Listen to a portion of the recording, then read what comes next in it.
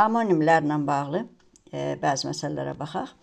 Amonimlərdə biz tərif veririk ki, yazışı və deyilişi eyni, mənası fərqli, müxtəlif olan sözlər. Amma burada üçüncü şərt deməli unudulur. Amonimlərdə üç şərt ödənilməlidir. Yazılış eyni olmalıdır.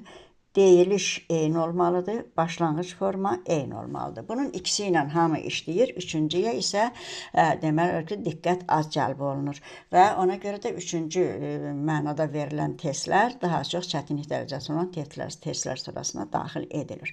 Yazılış eyni olmalıdır nə deməkdir? Qəlb sözün biz həm B ilə, həm P ilə yazırıq, amma hər ikisini eyni cür deyirik. Yəni deyəndə bu tələfüzdə P deyilir, P da elə olduğu kimi P deyilir.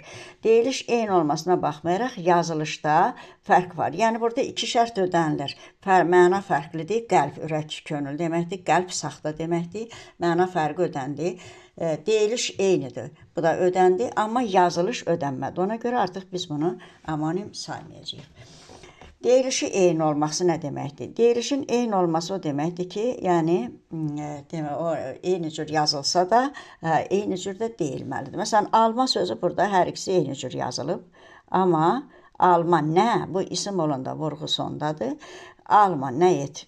Feil olanda vurğu əvvəldədir və deyiliş fərqləndi. Burada da yenə baxdığımız kimi deməli şərtin biri ödənmədiyinə görə artıq biz bunu amonim saymayacağıq.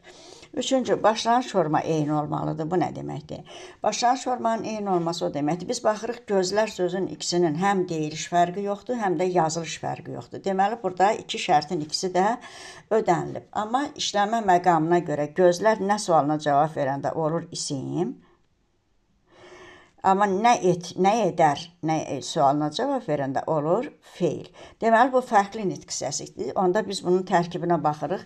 Gözlər isim olanda göz olacaq sözün kökü, lər olacaq qrammatik şəkilçi. Sözün başlanğıc forması göz.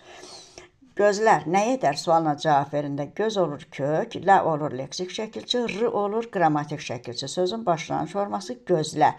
Deməli, artıq burada baxmayaraq ki, şərtin həm yazılış, həm deyiliş eyni olmalıdır, şərti ödənilir hər ikisində. Buna baxmayaraq başlanğıc formada sözün biri göz, biri isə gözlə feilidir, sözüdür və sözlər tamamilə fərqli sözlər olduğuna görə artıq biz bunu amonim saymayacağıq. Bu məqama mütləq diqqətli olmaq lazımdır, çünki bu mütləq sözün tərkibi ilə əlaqəli olan bir məsələdir başlanğıc forma.